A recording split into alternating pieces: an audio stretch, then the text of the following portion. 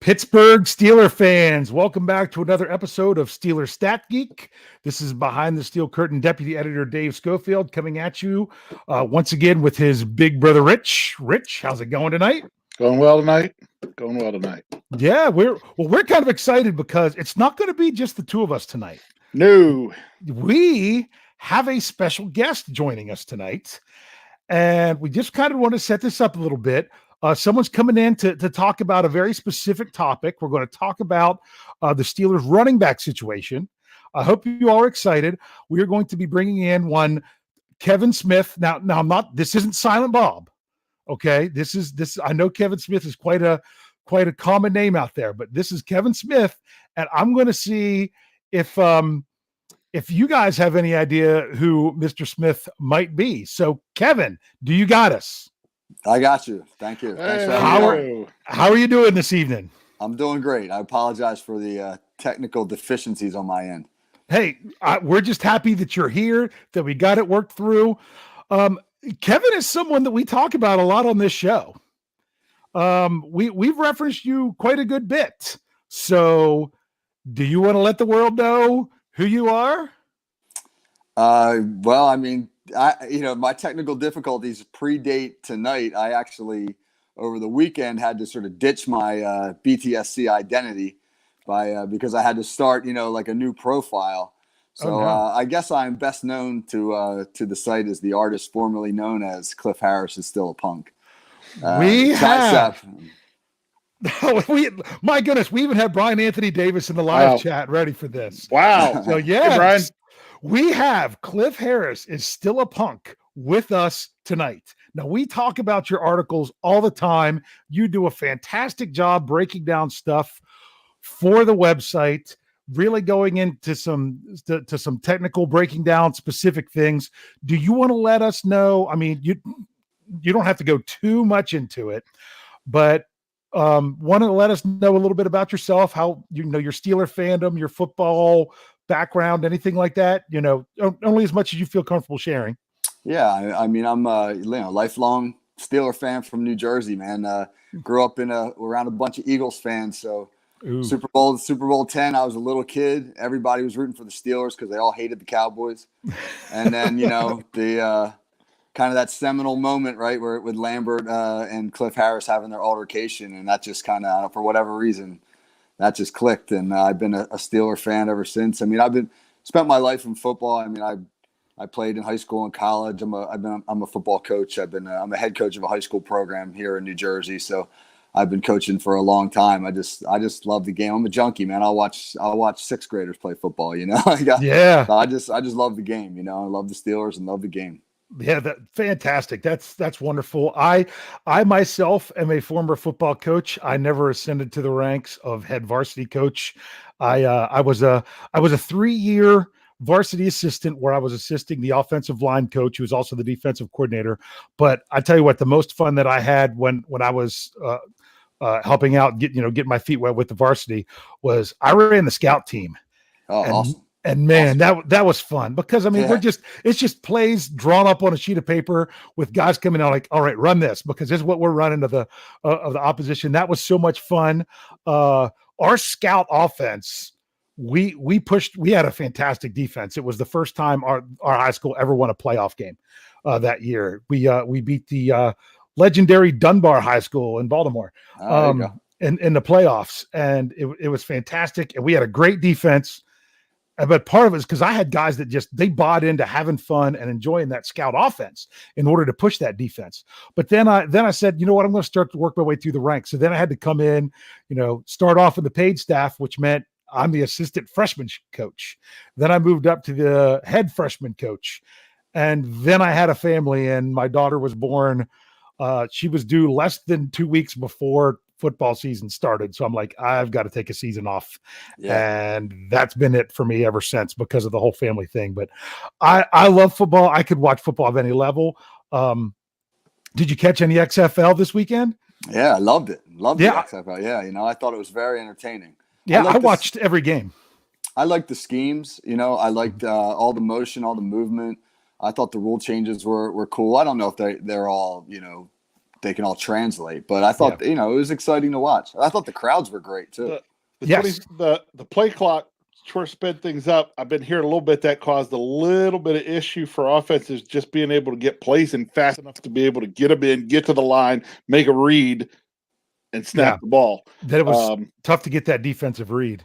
Yeah. I think anything that makes the game faster is beneficial. The pro game. My biggest problem with the pro game is just the time. It's a 4-hour investment now to watch a pro game because of the commercials and all the time, the stoppages, the refs getting under the hood, and so anything that speeds it up, I'm in favor of. Yeah, and what about the whole notion of it wasn't just the quarterback that had the microphone, not the microphone, the headphones, or could hear what they were saying. That's what I'm trying to say. No, they didn't let the lineman do it, which I'm like, come on, man. Being a lineman myself, I'm like, just let them in on the action.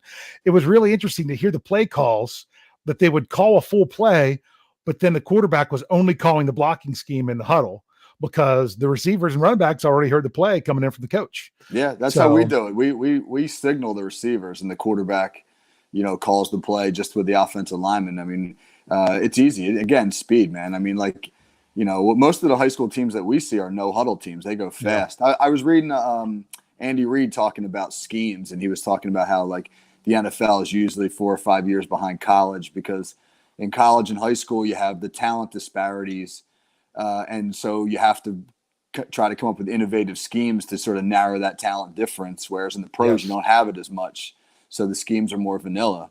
And I think some of the teams that are doing the best now are the ones that are borrowing from those lower levels. Look at Kansas City, look at Baltimore. Some of what those teams are doing are really stuff that we see in high school on a weekly basis. Yeah, well, the biggest reason I feel that the NFL hasn't gone to more of these offenses is trying to protect your investments, mainly your quarterback. Oh, absolutely. That they don't want to put him in harm's way, so therefore that's what they're doing. So, but I find it interesting because I've told stories on here from my coaching because we've really busted on Randy Land a lot on this show. That's Jeff's name for Randy Fiedner. We gotta go to Randy Land, and the whole notion of, I had a season where I had to completely change scheme from I tried to do the same thing the first game of my last year coaching, and I didn't have the right personnel for it. I didn't have the offensive line to run it. And I completely changed my offense from our first game to our second game because I didn't have an offensive line. So we ran shotgun, quick passing routes, and the kids didn't have to think hard. Just, hey, block, don't let anyone pass your right shoulder, don't let anyone pass your left shoulder. And that's what we went with. And we're like, that was kind of frustrating knowing that you had an offensive coordinator that basically didn't seem like. I'm going to ask you, from what you saw, did they make much? How much did they change the offense once they lost Ben Roethlisberger? Do you think they really adapted things to the young quarterbacks that they had? I think so much of that offense was revolved around what Ben could do. And then to not have a veteran to be able to handle even some of it. They were really going from like a guy who had a doctorate in playing quarterback to dudes who were, undergrads. Yeah. And frat boys. Yeah, pretty much. They just had to, and I don't think he ever figured out how to make it simple for him. And the lack of an effective run game. I mean, the run game was bad even before Ben went out. Yeah. So not being able to lean on that. I mean, I don't envy what Fichtner was up against. I mean, and he was dealt a tough hand there, but at the same time, I think that they could have been more creative with some of the things that they did. They certainly could have tried to implement a little more misdirection in the offense and broken away from just the 11 personnel stuff that they were just so used to running. I mean, the fact that they remained an overwhelmingly 11 personnel team and didn't really seem to alter the approach much was kind of disappointing. I thought as we progressed that we would see them get a little more creative.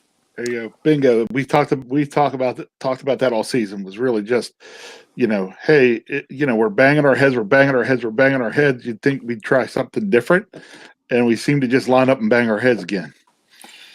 Yeah, I mean, again, I think it's easier said than done for when you're looking at what you have and you're trying to get the quarterback to just handle the basic stuff, and now you're going to ask the rest of the offense to learn something on the fly. They'd gone through an entire training camp, preseason, OTAs, all of that stuff running one system. It's really hard to ask him to do something else. So I understand a little bit of the struggles that he was up against. But at the same time, you had 14 games. Yeah, exactly. It's a long season, and you got some good coaching minds there. You figured that they'd come up with something. Yeah. Now we want to get into the whole topic of the show, but I do have one other thing, because this is something that when Rich and I are sitting there at a game, we sat together at the Rams game, was the game that we went to together, and we're sitting there. And as much as everyone wanted to cheer, whenever you saw this, when he came into the game, the one number 72, we could predict exactly where the ball was going and what they were doing every time. Yeah. Right, Rich? Yeah, we didn't miss that game. I think we said every time, and it was the same. It was exactly what we saw coming, and it wasn't fooling anybody, and it wasn't beating anybody. That, I think, was the frustrating part. Right. I don't care if teams know what you're going to do. I mean, for years, the Steelers would line up. You knew exactly what they were going to do, hand the ball off to Bettis, and, it was 4 or 5 yards good every time. It didn't matter that everybody knew what we were going to do. This team this past year wasn't able to do that. They couldn't telegraph it, but we were telegraphing it, and then not winning the one-on-one matchups to be able to be effective at it. And I think that's where a lot of people's frustrations with Fichtner really came in. I know that's where my frustrations with him really came in, because it was like, hey, we're not fooling anybody with this. Why are we constantly going back to it? Right. The Wildcat with Samuels that first week was great, but to expect to be able to kind of just repeat it at the NFL level, without adding a new wrinkle to it, or without sort of evolving it, and the same thing with the 6-man line.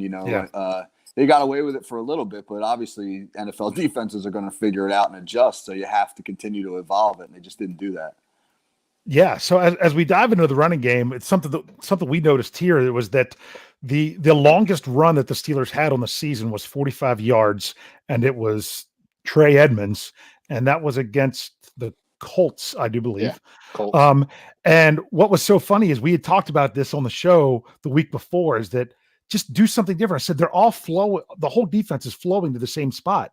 And I don't know if it was designed this way or if it was a mistake, but that long run was because Roosevelt Nix was there. He went one way, and everyone in the defense stepped to him, and they ran the ball to the right and busted and nobody for 45 was there. yards, and no one was there. So it was kind of, like I said, I wish I knew if that was what it was supposed to be, if it was a brilliant call, or if it was because they didn't telegraph it properly that they busted it for a long run. Yeah. So just one of those things. Let's go. You have an article coming out. You might not even know this. I could have read the article beforehand, but I specifically didn't because I didn't want to take your great ideas. But it's coming out tomorrow morning. For those of you that are going to look for it, it is out at 8:47 a.m. tomorrow morning is when it is scheduled to come out on the website. That's very specific. Yeah. Yes, it was. I made sure I knew when it was coming. Unless now watch Jeff. He'll go with Jeff will change it just to mess with me, just to make me look bad. Yep. But your article tomorrow was talking about should the Steelers, and I'm pretty sure you're talking specifically for 2020. Yep. Is it running back by committee or one featured back? So tell us a little bit about what you got into with that. Well, I mean, I kind of broke down the whole idea, the two approaches. Obviously, Tomlin's been a feature back guy, and we kind of get into some of the numbers there about, like looking at going back to 2007. There's really only been two seasons, 2012 and this past year, where they used something resembling a committee approach. This year, it was not by design. It was, just simply because of all the everything that befell the offense. In 2012, it was Mendenhall was coming off of an injury from the previous season, an ACL, and he wasn't ready to go. And they didn't want to invest the draft pick in somebody new because he was still young. He was 25, and so they they rolled with a committee approach. It was Isaac Redmond and Jonathan Dwyer and Chris Rainey and I can't even remember who the fourth one was. But, I mean, they had it was 4 average backs, none of whom stood out. And I just, and they finished 26th in the league in rushing. And I don't know if that soured Mike Tomlin on that kind of an approach, or if it was, more likely Le'Veon Bell coming on board the next year and then just being able to ride him. So we kind of go into the history of that. And then we sort of look at, the teams that have succeeded with both approaches.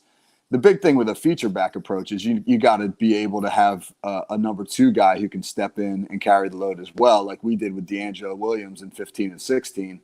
Because that number 1 guy, man, he's probably going down at some point. You're going to give him 400 touches. He's probably going to get dinged up or at least need a rest. And then we looked at the committee approach and specifically examined Kansas or Baltimore and San Francisco, who the two number 1 and 2 rushing teams in the league this year, and both of them used the committee approach. And we really went into like what makes that work. So, and then I finished the article sort of by speculating on what the Steelers might do next year. All right, so speculate. What might the Steelers do next year? I mean, what they might do and what I'd like to see them do, I think are 2 different things. I believe they'll run it back with most of the same personnel with Connor in the feature role. I just think that's what Tomlin's comfortable with. But the offense is set up for that, because when you look at the teams, like if you use San Francisco and Baltimore as an example, both those teams are heavy on misdirection, are heavy on play action pass, are really multiple with their personnel groups. I mean, Baltimore uses a lot of 21 personnel with the 2 backs and Lamar Jackson as a third running threat. So they've got 3 guys that they can hand the ball to or carry the ball on just about every play. And then San Francisco uses the fullback and then 3 backs. It's amazing. San Francisco had 3 backs that they rotated this year, Breida and Coleman and Mosher, and they all got between 123 and 137 carries. I mean, that's an amazing balance. So, they're rotating those 3 guys. They each have a slightly different skill set, but they can all do a little bit of everything. And then they've got the fullback and the tight end who they use masterfully in the play action game. And we really don't do any of that stuff. I mean, we're an 11 personnel team. When we line up in 11 personnel, we got 1 back in the backfield, and we're either handing him the football or the quarterback's throwing it. Roethlisberger's throwing the ball. So for us to evolve to a committee approach, we're going to have to put in some of those bells and whistles and some of those formation groupings, and in order to keep teams from just teeing off on who that back is. Because the issue with our 4 backs right now is Samuels or Connor's the one who can do it all, but then each one of those other guys is limited. Like Snell is a good inside runner, but he really can't get to the edge.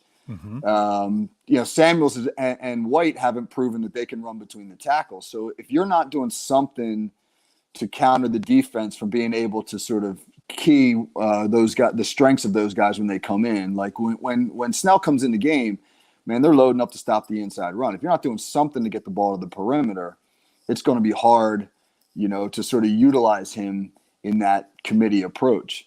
So, my big thing that I'd love to see him do is bring in another guy, an explosive guy, and use that committee approach, because I just don't think Connor can handle the workload. But gotcha. I'm not convinced that they can actually get it done with the 4 guys that they have right now. That's without changing the core of the offense. I'd love to see him do it. I really would, because I think it's a great approach. Yeah. Rich, what do you think of that?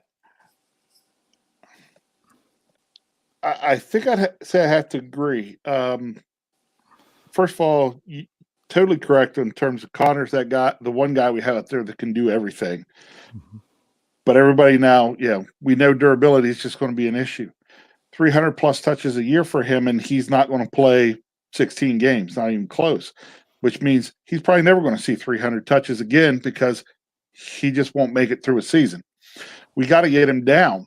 Then the question, comes down to, okay, then what are we going to do? So I guess the question, maybe I'll ask Kevin this is, where do we get that other guy? We're going to look to pick somebody up off the street, or is there somebody out there draftable that could maybe come in and help fill some of those added things?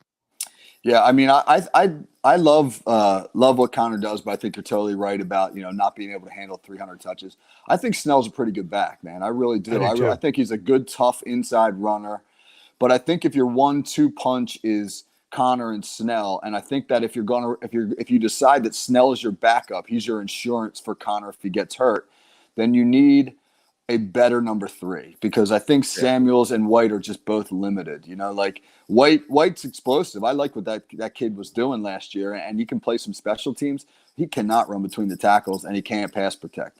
He's the stereotypical scat back. Totally, absolutely, right. So, and then Samuels. I love the fact that he can do a little bit of everything, but I don't know, man. Maybe you guys feel differently. I just don't know what's his role. Have they figured out a role for him yet? I think Samuels, I've said it, I can't remember if it was here or on the preview. I think he is more designed with Ben Roethlisberger under center. Well, I shouldn't say under center because he always likes to be out of the shotgun. With Ben Roethlisberger taking snaps, because I was at the game against New England when he had all those yards rushing and everything and looked great.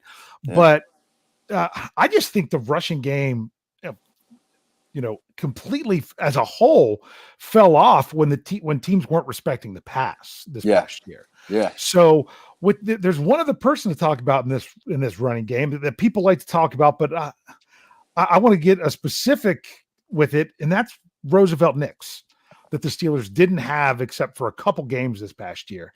And a lot of people are like, oh, just wait till we get Roosevelt Nix back. Now, you've mentioned about the Steelers constantly running in 11 personnel. For those of you that don't understand, just to make sure we all know, I know a lot of you do, but for those of you that don't, 11 personnel is 1 running back and 1 tight end, which means you would then have 3 receivers.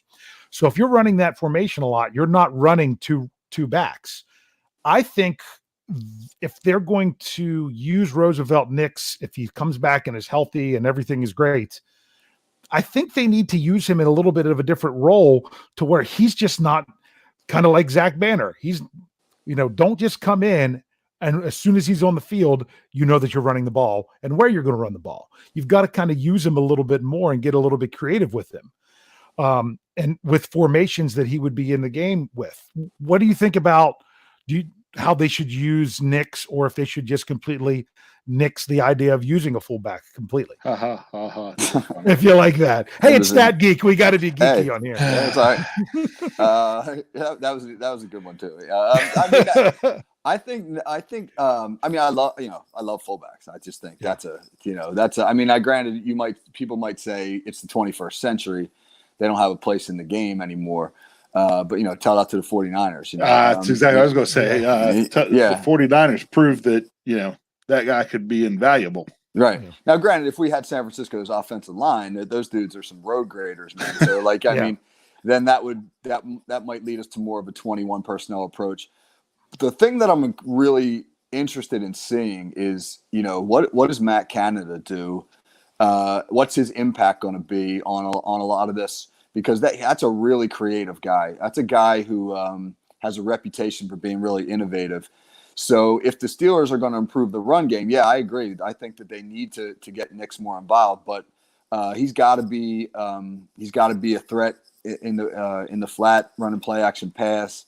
They got to be able to use him like an H-back where he motions around the formations. Mm-hmm. The play that you talked about with Trey Edmonds, I can't remember it exactly, but I think it was a split zone concept where everybody is zoning one way and the fullback's kicking the backside edge, just to create a lack of full flow. I mean, full flow is where everybody's moving in the same direction and the linebackers can just run because there's nothing to hold them backside. I mean, we don't have a lot of misdirection in the offense, so there's not much to hold those linebackers. And with Le'Veon Bell, that was fine because he was so patient and so good at finding the backside cuts. But Connor's a really different style. He's sort of a hit the hole hard charger, and in order for us to run the ball more effectively, we're going to have to use some smoke and mirrors. And I think Rosie can be a part of that. Yeah, and you guys also brought up the whole issue of durability. Rich, you brought that up there with Connor, but Kevin, you also said it in general. This is Stat Geek. We got to look at some numbers. So here are some numbers for you of the running backs this past season. I just want this past season. There were 15 running backs who rushed for more than 1,000 yards in the NFL this past year. Out of those 15 running backs, only 7 of them played in 16 games. So you're talking about, people talk about, well, James Conner just can't stay healthy. A lot of running backs can't be out there on the field. Now, of course, it's funny because we say like Mark Ingram, they rested him week 17. Honestly, if they still needed that game to win, I don't think he was playing because he had that calf injury. I don't think he was going to play even if they weren't resting anybody. So you have 7 of the 15 guys that went over 1,000 yards. If you look at just 400 yards, because the Steelers didn't even have a 500-yard rusher this year, first time, and I can't remember what it was. We talked about it weeks ago. I think it was back in the 60s. 67, I think. 67, I think was correct. But so I set the bar at 400 because that would include the Steelers. There were 46 running backs in the NFL that ran for 400 yards or more, and only 19 of them not even started, just appeared in 16 games. So that's, once again, less than half. If you look at teams, I looked at their leading rusher on every team. And out of those 32 teams, only 12 teams had their leading rusher play in every game. So that's something that is going to happen in the NFL at that position, no matter what, is you're not going to have your running back. You're very lucky if your running back plays in every game. So that's the biggest thing that I have where some people are like, the Steelers should do everything they can to go out and sign Derrick Henry. We need someone like a Derrick Henry or something like that. Yeah. The thing is, what happens when you put all your eggs in one basket, kind of like they did with Ben Roethlisberger, quarterback, and then he can't play in a game, because it's a lot more likely for a running back than a quarterback. Right. So go ahead. That's why they need depth in the backfield. And again, I think Snell's, he's going to get better as he goes. I watched a lot of his stuff at Kentucky.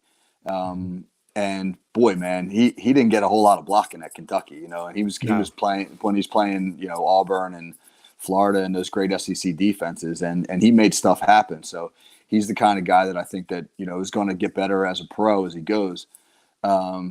So then, right. Yeah. I mean, it's Connor, it's Snell, and then what? That becomes the big question. Because I think it was pretty obvious during the season that I liked our stable of running backs. But when Connor, as the number one guy, went down, suddenly our stable of backs, I felt took too big a hit when he couldn't play. When Connor couldn't play, we lost way too much in the running game. Yeah, absolutely. Especially with, and they're also young too. Samuel's the second year. Snell was a rookie. White, was basically a rookie. He'd bounced around a little bit, but so, I don't think we have the free agent money to go out and get a guy, but I'll be honest, I don't have the answer right now as to where exactly we go with that. If there's a dude like Jonathan Taylor sitting there when we pick in the second round, it'd be awfully tempting to pick a guy like him, because talk about a great compliment for James Conner, Yeah. Well, I'll be honest with you. When I look at the guys that the Steelers have, you also want to look at what holes you might have on your team. If Bud Dupree is not back, you've definitely got a hold outside linebacker. Other than that, I think on the defense, they're looking pretty good. But in the offense, the offensive line's getting older. What are they doing with Vance McDonald? Can they bring back, you right now, because he's got a club option that they haven't exercised yet, but they have until the beginning of the league year. So technically he still counts on the salary cap, but really the Steelers have to choose to exercise that option. So if you're not counting Vance McDonald, you're talking about their tight ends on the roster right now have one career catch. Yeah. So, because that's all Gentry had this past year. So tight end is a need. They need to get younger on the offensive line. Is running back a position right now that they need to use a high draft pick on when they could have other needs, when they have, because to bring in someone else, one of these guys that you have is going to then be pushed out. Yeah. I don't think it is. I don't think they're going to take a running back into the second round. I'm just, there's certain guys though that you look, if we all fall in love with, certain dudes. I'm totally biased, full disclosure.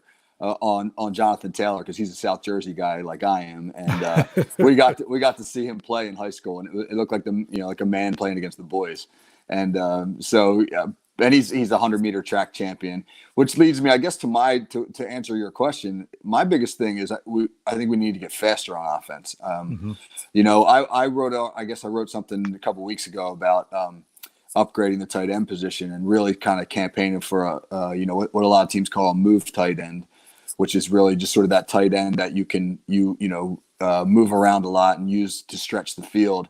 And it doesn't have to be that specifically, but whether it's a quicker back, a faster tight end, I just don't think that we have the kind of speed that makes our offense as explosive as it could be. You said it earlier. What was our longest run was 45 yards. Yes, and that was kind of I don't want to say a broken play, but that was sort of like not because you had some athlete making it happen. It was Trey Edmonds. Exactly. And half his yards for the season were on that run. Yeah. So, in order to make the offense more explosive, I think we have to add some speed. Look what speed did for our defense. Yes, absolutely. And what's crazy is I think if you look at running back and wide receiver, I think the speed that the Steelers have, they got mid-season off of other teams' practice squads. When they added White and Kane, that's pretty much what they have. So there's a lot of question marks with the Steelers going forward, and I don't know. I could sit back and speculate all I want, but they kind of have an idea of what they want to do. And I don't think running back should be.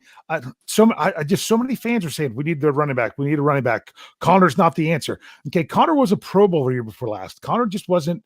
He wasn't available as much this year. And the other problem is when Connor was there, they didn't win. When Connor missed those games, they won all those games without Connor. That's what's crazy.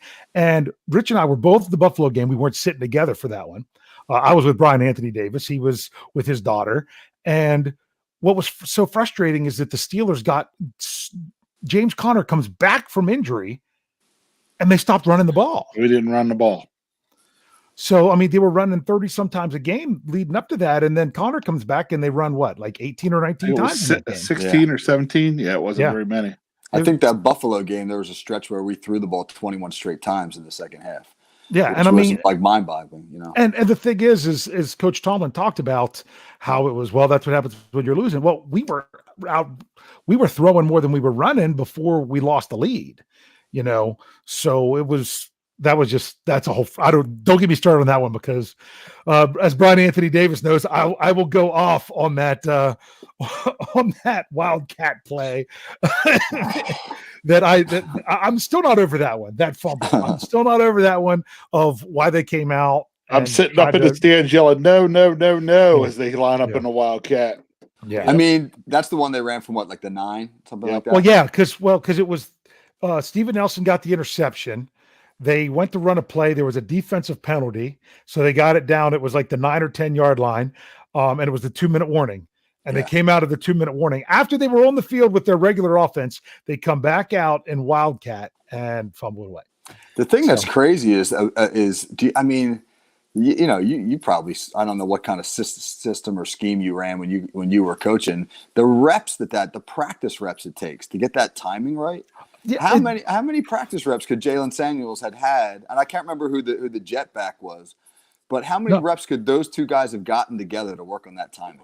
Not only that, they didn't have Jalen Samuels in the game. They had James Conner. You're right. That was his first Wildcat play of the year. Yeah. So you bring in a guy that I don't know has ever run a handoff in the NFL, and you're asking him to hand that ball off. That's just people are like, oh, well, a handoff's easy. Handoff isn't easy. It's really not. If you don't know what you're doing, especially if there was a read component to that. Because I'm not positive if he was reading the defensive end, but that's really hard at full speed. Never mind at the NFL level.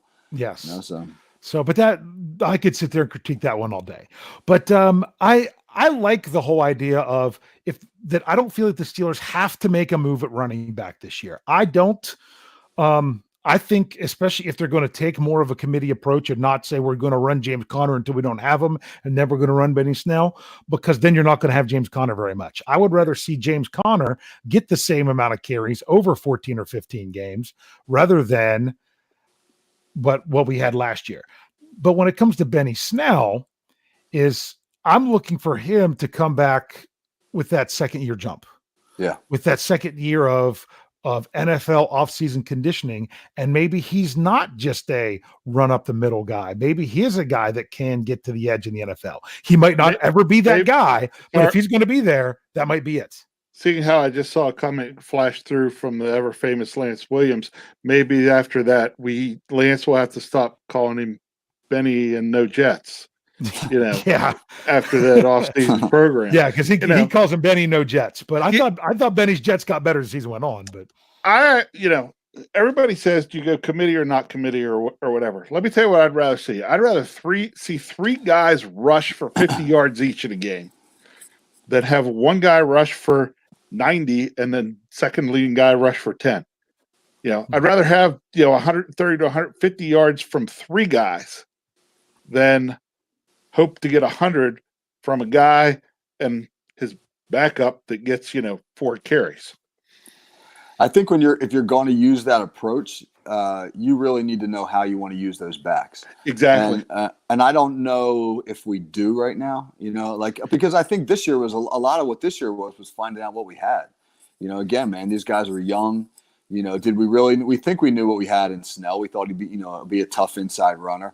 I don't know if we know yet what we have in Samuels. He to me, he's the wild card of the offense. Like if we could define a role for him and he could become that third guy, because he does have actually for his size some pretty good burst, and he's shown that he can run misdirection and get to the edge, and he can catch the ball and he can block a little bit. Man, he can do a lot of things, but he just seems to get lost some games. Go ahead, Rich. I think if we get any semblance of number 7 back behind center in any semblance of what he's been in the past, I think that helps Jalen Samuels, because Dave was talking about that New England game last year, and Samuels was so good because we had the defense off balance. They didn't know what was coming. They didn't know if it was run, if it was pass, and we just mixed it up, and that's why I felt Samuels was so successful. I didn't think Samuels ran the ball very well this year because everybody knew when we were going to hand it off. And that doesn't work for Jalen Samuels. He needs some of that, having the defense guessing. He needs that little extra piece of space to make a guy miss. And he wasn't getting that this year. Yeah. So I actually think if Ben comes back and we gain some respect back in our passing game, we see a better season out of Jalen Samuels. I also think that they're really investing in Jalen Samuels, because some people are like, oh, well, if they draft another running back, is it Kareth White that's gone? Is it Jalen Samuels that's gone? What's going to happen? Think about what they've done. Last year, they brought in his college coach, which is the running backs coach. Yeah, now they've brought in who was the offensive coordinator when he was in college, and Matt Canada now granted, he's the quarterbacks coach, but I have a feeling he's going to now be their passing game coordinator. Mm-hmm. That they've talked about how they have a pass game coordinator, run game coordinator, but they don't say who they are.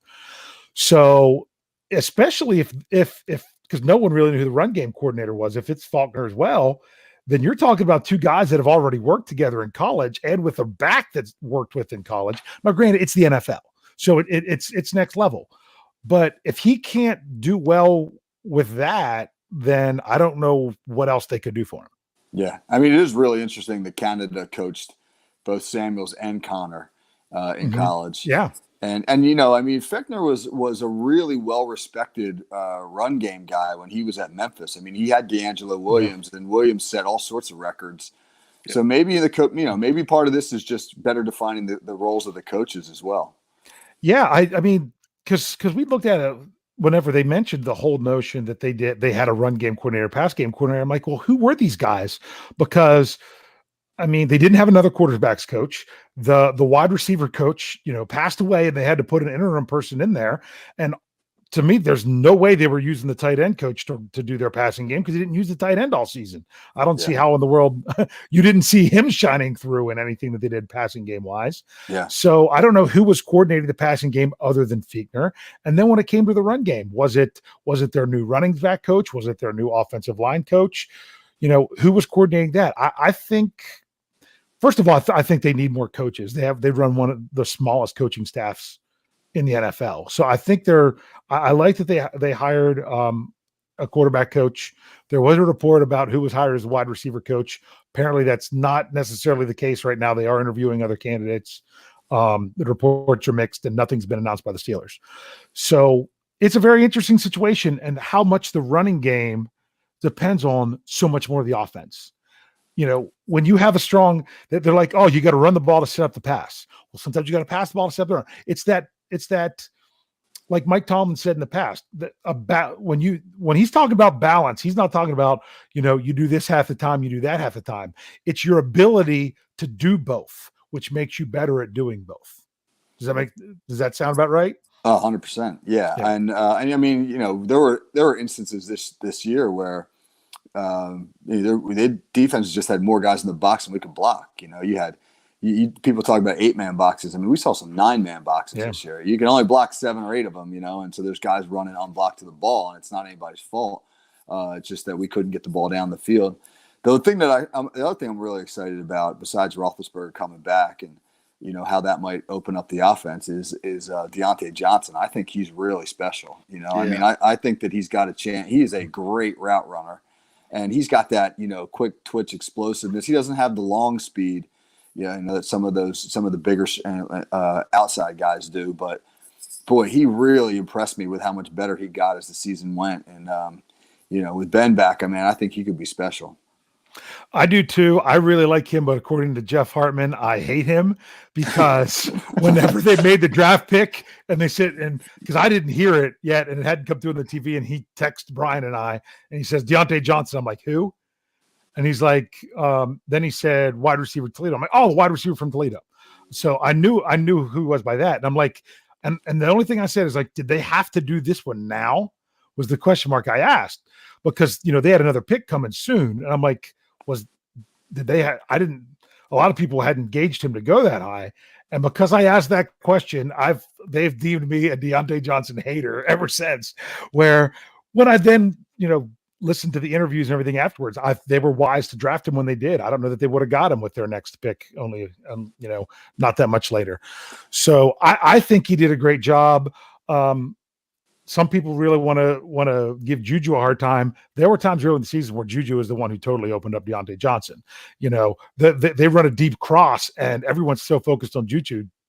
Johnson was wide open against the Bengals. So, I'd probably use the wrong terminology there because I've been out of the game too long and I was a run game guy. Rich, anything else you want to say right now about this specifically before we call this a show so we can start the Q&A show coming up soon after this one? No, I'm good. I would say I probably agree, Kevin. One thing, it will be tempting in round 2 if a guy falls down there running back wise that you don't think is going to. It could be real tempting. Might have a better idea if we could even consider that once we get closer to the draft and we see what we've done leading into the draft. And everything changes after the combine. That's why the offseason's still fun. Yeah. So, Kevin, anything else you want to say to sum up this topic here before we move on to the next? I don't know what the Steelers have in mind, how it's going to play out with the running backs. I sense that Tomlin will continue to sort of feature the one back as the guy who gets the lion's share of the carries, just because that's what he's done. But like I said before, man, I really think that that some speed somewhere on the offense would upgrade us. If I had my druthers, if I'm Kevin Colbert and I'm picking in the second round, I'm looking for that tight end that can stretch the field. I mean, that's the guy that I really think could make the biggest impact on the offense. But having 7 back, man, you're like you said earlier, that's probably the way you can upgrade the run game, the best.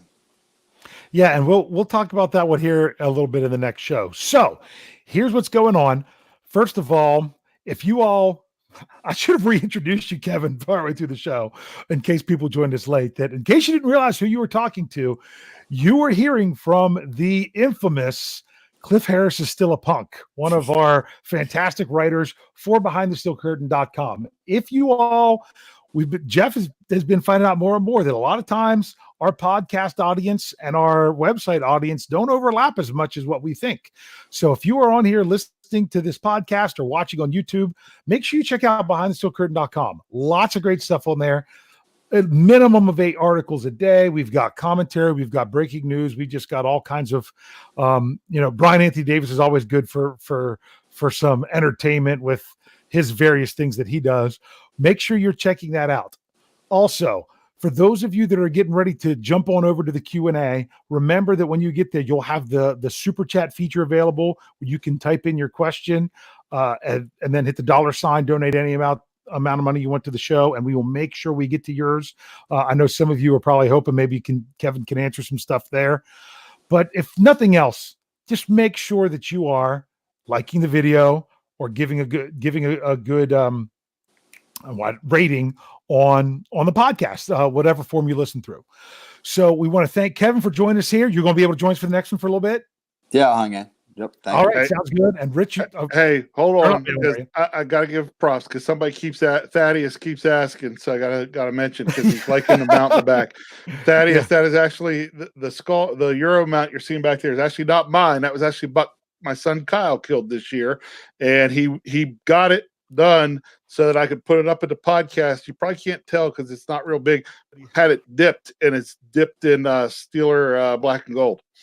So yes. I've seen it in person. Did I see that one in person? No, you did not. You saw the okay. other I one. saw yours. We just got this one the other day. So, so that's there. He's like, Dad, I want to get it dipped in black and gold so you can put it up for the podcast. Yeah, and I did see them, so I want to mention that. We are going to be focusing on the live chat. We'll get going a little bit on the next show, so make sure you're ready for those questions or things you want to say there. So we're going to call this one tonight. In the words of Lance Williams, tune in, tell a friend, and subscribe. Thanks for geeking out with us. We'll see you next time.